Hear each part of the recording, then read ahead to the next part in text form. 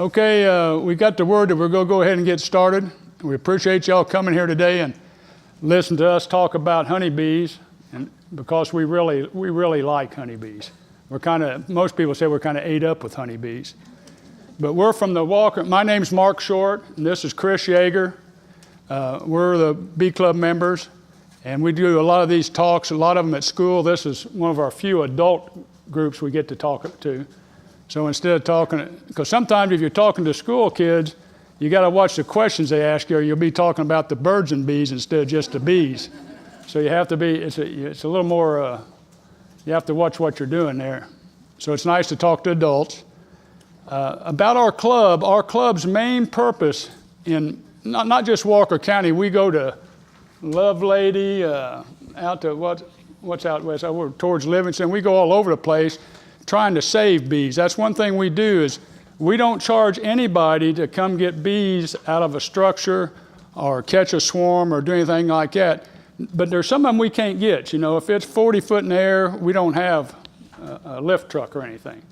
But that's one of the community services that the club does. So if you have any trouble with bees, before you spray them, don't spray them first, call the extension office, and the extension office will put us on it. Or we'll give you a couple of numbers today that you can call too. So that's the main thing we do. We go out and we spend a lot of gas money chasing bees around and helping people with their bees. Once we get them started with bees, we try to provide support for them so they'll be successful with their honeybees. Because honeybees is some hard work, and it does cost some, there's quite a bit of cost to get into it to start out with. But like I said, when we go out we do public speaking like this, we go out to schools mainly. We've been to the folk festival here recently and trying to educate people about bees. And all of y'all know the most important thing bees do for us, huh? What's the most important thing honeybees do for us? That's a lot of people say honey, and I love honey myself, even though I'm not supposed to have it, but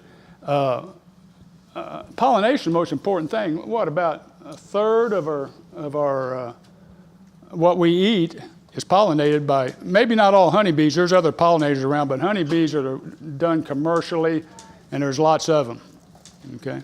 The honeybee is the only insect that makes a food that man consumes. Think about that. Well, maybe if you like chocolate-covered ants, you might consider that, but honeybees are the only ones that make food that man can eat. And they've been doing it for thousands of years. And I would say recently, but it's probably been 30 or 40 years, they've started to realize other benefits of honeybees. In the old days, back when they were fighting with swords and stuff, they used honey to cover wounds and all. Because it's a strange thing, the bees, about anything they make is antibacterial and antiviral. It's really a good medicine for us, and I think we just haven't realized everything we can use it for yet. If you look on the internet, it'll say it'll cure everything from cancer to a hangnail or something, you know. But there's a lot of places in between there where people have been using honey for a long time. And it's definitely a good dietary supplement. If you eat honey regular, that will help you out in a lot of different ways. There's 4 things? Yeah, I think there's 4 things that honeybees produce that man have used for medicine and all. And we're trying to stay on the medicine end of it since we're in the hospital here. They make honey, which is very good for you nutritionally. It's a good sugar substitute if you're diabetic or something. It still has a lot of carbs in it, but it's better than having a processed sugar. Well, anything's better than having processed stuff. So you have honey, you have pollen, which the bees collect off the flowers, and we have ways of taking that from them too and selling that and using that. So honey, pollen. Propolis is one that I've just found out about recently. They use this propolis. I don't know if we have a, yeah, there's some of it on there. They eat tree resin and chew it up in their mouths, and the honeybee must have the secret mouth because they can chew that nectar and make honey out of it. They can chew this resin and make propolis out of it.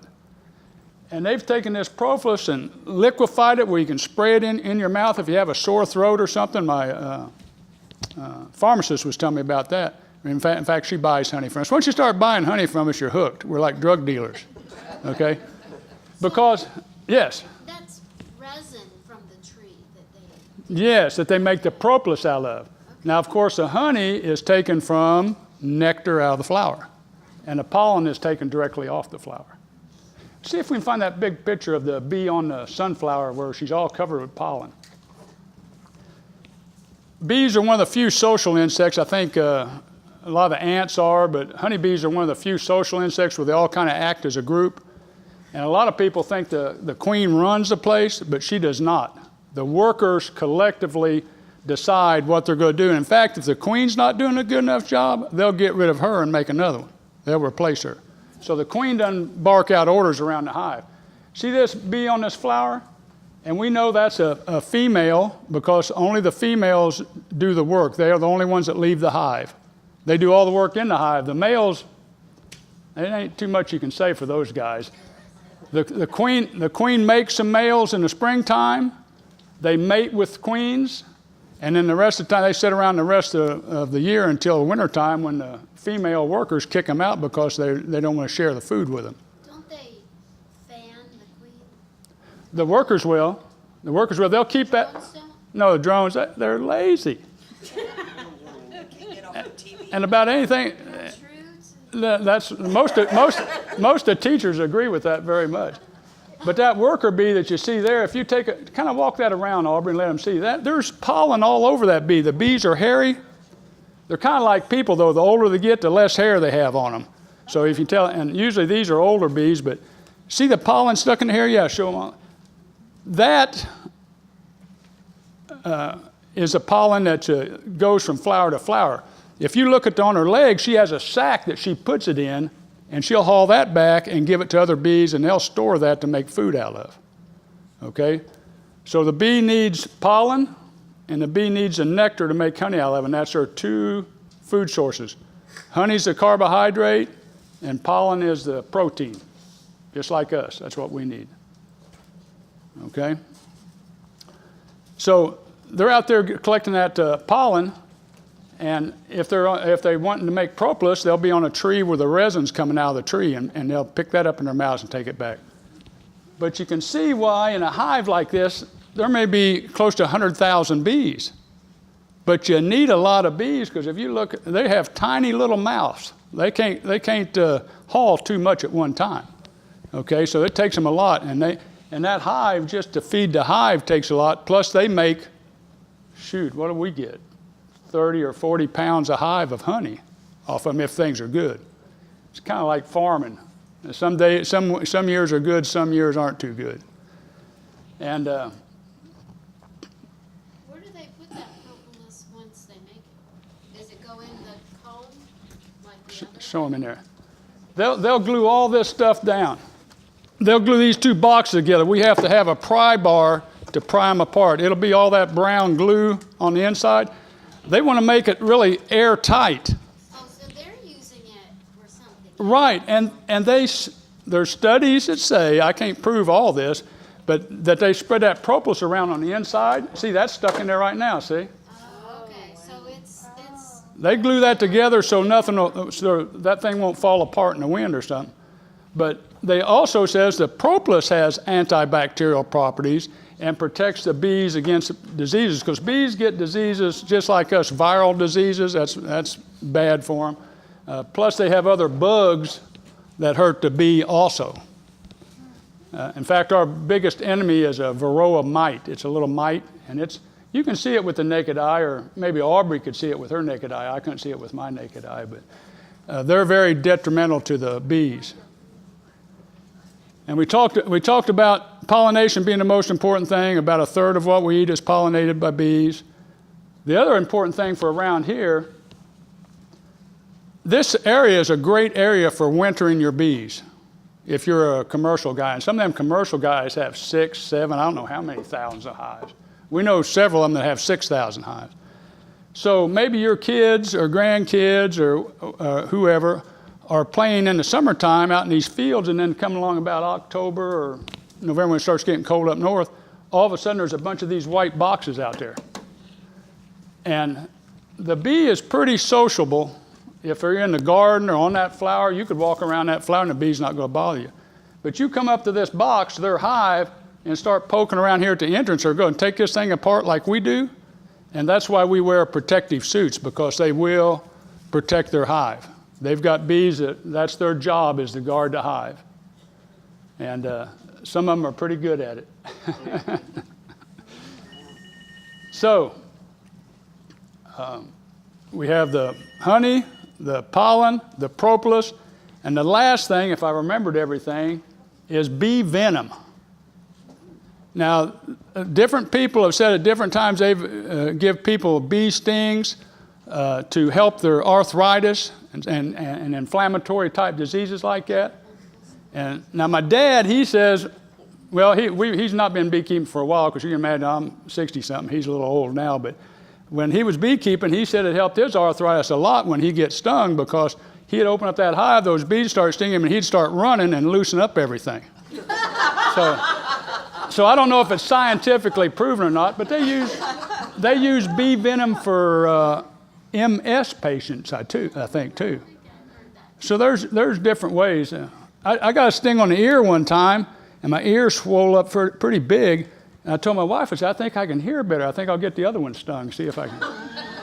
She didn't think that was funny, but that's the other thing. And we had a lady call me one time, and we get a lot of calls. There's a lot of bees moving. And this county is not really good for bees.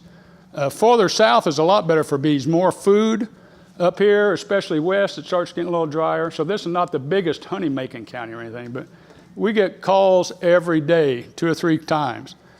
And this one lady calls me up and wanted to know if we could get her some bee venom, because she was going to use it for some kind of treatment she had. I said, I thought about it. I said, no, ma'am. I said, we don't even know how to collect the venom. The only venom we collect is when a bee stings us, and we can't give you that after that happens. So that's the only type we collect, is when we get stung ourselves. So, but I don't even know how they do that. I never saw anything on the internet or anything about how they collect the bee venom. I did see some places where they just let bees sting you, but I don't know. Sometimes a lot of bees, they won't sting you. They'll just crawl around on you and won't mess with you. That's why you shouldn't get excited if one is crawling on you, because if you start getting excited and swinging, they will start stinging you then. And once that first one starts stinging you, when she leaves that stinger in you, because the stinger will pull out, it's a barbed stinger, it'll stick into you. It also lets out a little smell, a pheromone, that tells the other bees, here's a good place to sting right here. And they all come jump on that spot. They like to sting you around the head and eyes. I don't know if that's because they do that to all animals or what they do with it. But we'll back up here again. The honey is something that there's no doubt, if you make honey a part of your diet, it has health benefits, okay? It may not cure everything they say it cures, and different degrees of it, and there's some limitations, like anything. You can drink too much water. You could have too much honey, I guess, too. But if you have honey in your regular meals, and we give some recipe stuff out there, and when I was looking up things for this class, one guy was talking about if you heat up the honey, and we've always tried to not heat the honey up too bad. He said it'll go to some type of gluey type substance, and it's not good for your digestive system. And I said, well, if you can't use it to cook, and these come from beekeeping people, so I would think that'd be all right. Have y'all ever used honey and cooked it baked it? Yeah. Okay, and never had any problem? Because I was going to say, if not that, you can sure take the cake out of there and pour honey on top of it, and that would be no hurt to the honey. Because what's the temperature? We try to keep it below 120. You remember the temperature? It's not too hot there. But that's another thing that bees will do. When they're in this hive like this, they keep that thing at 90 degrees, whether it's 100 and something out here in Texas or whether it's 30 degrees here or even less. They will keep, now when it gets cold, the queen has quit laying, and they will reduce the size of the hive. There won't be near as many bees to take care of them. That way more of them can make it through the winter, because they have to eat the honey they stored. So when they reduce it down, they get into a ball. There's frames in here. But they'll be on 2 or 3 of these frames. Tilt that one up. See, they'll usually get in the middle here, and there'll be bees all in between here, and it's called what they making a ball. They'll make a ball in there to stay warm, and the ones on the outside will move to the inside, and they keep rotating out like that, because bees do produce some heat, and that's how they'll keep it warm in the wintertime. Because in the south, the main thing we're trying to do for them is to make sure they have ventilation, and you see the screen on the bottom. So we do that, and a lot of people close off that screen in the wintertime, but it's not necessary unless it gets really cold. Now, people up north, they may have solid bottom boards or something, but the main thing here is to have the ventilation, because even with our heat and all, you'll get condensation, and condensation is bad for bees. Water is bad for bees.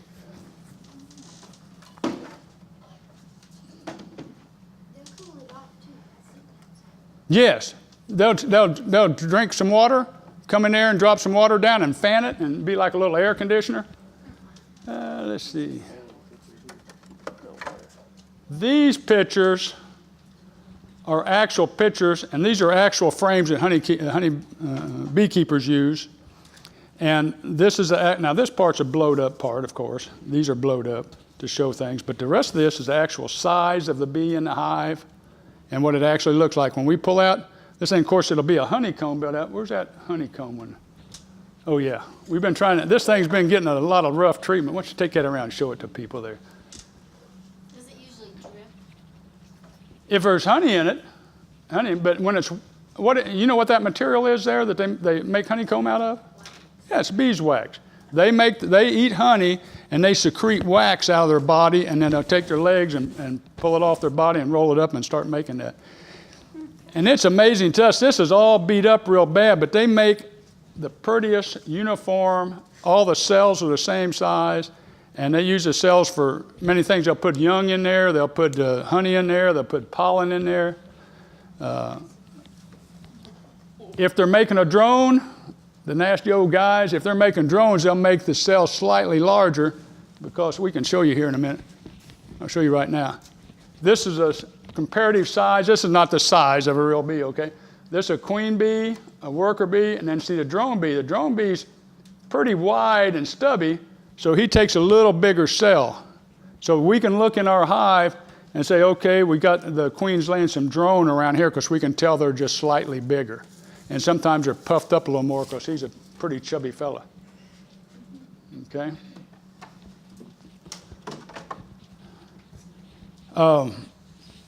So the honey, that's one of the main things incorporated, and I think we have a handout that shows all the benefits of honey too.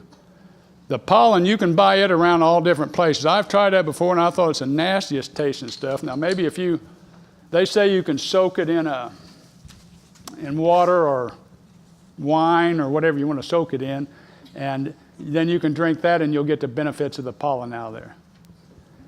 And the propolis is the same thing. We don't really we scrape that propolis off so so it won't stick back together. They'll stick it back together, but we don't ever save that and try to put that out. But a lot of people chew that because it has, I forget how much, everything good is in the propolis and the pollen and the honey. All kinds of vitamins and minerals and things you need to live with. And we think it's just amazing that there's one bug that can do all that. Do you harvest the wax and sell it? Yes, but a lot of us, how many hives do you have, Chris? 12. 12? See, you got 12. I have a couple of hives. I work on the club's hive, and they have about 4, I guess. But most of us are pretty small time. But the wax costs, we can sell the wax for as much as we sell honey for. And I don't know if you've priced honey lately or you buy it in the store, we're quite expensive. We're really expensive. But still, I think if you figured out, we're making about 10 cents an hour or something for all the time we put in or something. But yeah, our honey sells for like $10 a pound, and wax is about $10 a pound. And people use that. Y'all ever use those? There's 2, what does my wife use? Naked Bee. You ever heard of the Naked Bee products? They all have wax or propolis or different things in them for the skin, for chapstick. Burt's Bee is another good one. there's a lot of them, that, bee products that they make with the wax, besides candles. Makes a real pretty candle. The wax has to be new wax. Yes. You can only take the new wax because old wax gets dark and yucky. Polluted. Yeah, pollution. See, that's one thing. Our bee club went from about 6 of us sitting around one table like this, telling stories about bees, to we have over 100 paid members now and 200 on our email list. So, because everybody's realizing that bees are in a bind. Like every animal, they're losing habitat. You know, how many more subdivisions are there around here than there used to be? There's no more wildflowers in there or woods in there anymore. So they're losing habitat, but one of the main things that's hurting bees is chemicals. And they're not going to leave the environment, we're pretty sure. There's so many in there now, you could probably stop them, that'll be 100 years before they'd be all gone. And most of these chemicals don't kill bees, but they spray them around everywhere to kill other bugs and different things. They might not kill a bee, but bees are visiting flowers and visiting trees and flying around, and they collect it on them, and they go back, and it gets in their wax. And it keeps building up in the wax to where it gets so toxic after a while that it may not kill them still, but it'll disorient them that they may fly out and never be able to fly back. Not find a hive, or they leave the hive, they get crazy, kind of drunk-like. So that's a big thing, and they're trying to do, they've got different incentives about it, but when somebody tells you that's organic honey, unless he controlled 2 or 3 square miles and he had that certified there's no chemical on it, a bee's going to pick up some chemical somewhere. That's just the way they do it. They're always on things that are sprayed by chemicals. Is that their range? Yeah, about 2 miles. It depends how hungry they are. If they fly much over 2 or 3 miles, then they're going to burn up everything they ate to get back, you know. But that's what they'll do. So, you know, if somebody tells you you have organic honey, a lot of our beekeepers, we try not to use any chemicals at all. And if we do have to use a chemical, we use the least potent one that we can, and we never use it when we have honey supers on there. But most of us try to never use it at all, because you're going to get chemicals in that wax no matter what you do. If you have bees, they're going to bring some chemicals back here. And there's no chemical that helps a bee. Yeah, maybe if it kills a mite, it might be good, but it still's going to hurt the bee some too. I had a wasp problem, so I bought a bee suit. Oh, we don't like to talk about wasps. After I got stung 3 times, I bought a bee suit. And I just use neem oil because I'm worried about bees. Yeah. I don't want to hurt them, so I just hit the individual wasp nest.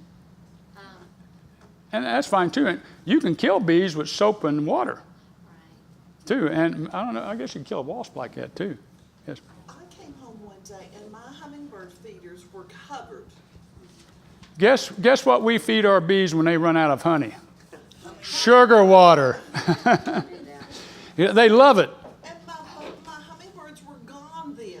I mean, it was just, Well, now, you know, I'm a bee guy, so what I would suggest is that you buy some more feeders until you got enough that the hummingbirds would have one. okay.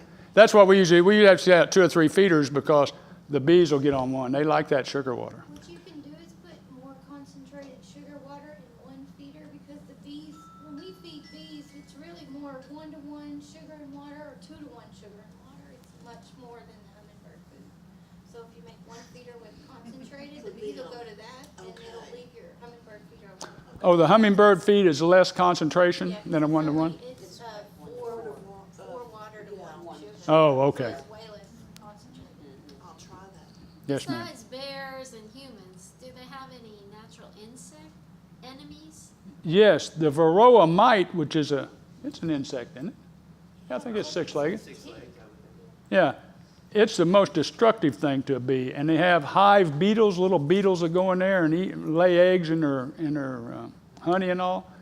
They have a wax moth, which tracheal mites. They have a lot of bugs that affect a honeybee.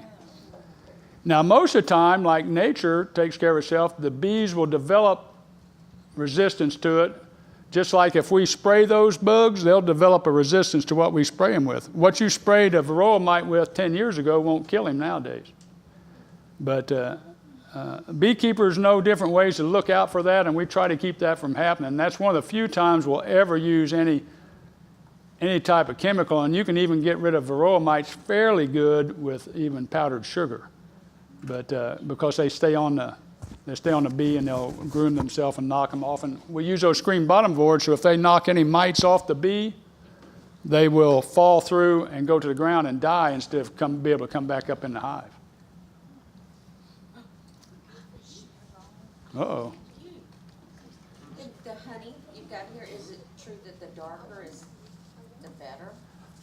Perfect question. You could have been coming here with us. I'm fascinated. I would love to be a bee, really start bee keeping. I live in the mountain country. The honey Chris extracts this year. I used to be able to say that. It may be a different color than that. And this is honey I extracted last year, and this is honey I extracted this year. It depends. There'll be 100 different colors. Really? Yeah, at the end of the year, a lot of times we have a taste test to let everybody taste it. And I've had some that had a little peppery taste to it. Now, you don't know where they get it. But it depends on what they visit, okay? And then when they're filling up honey in here and we come in and we extract it all out, we mix everything they got together.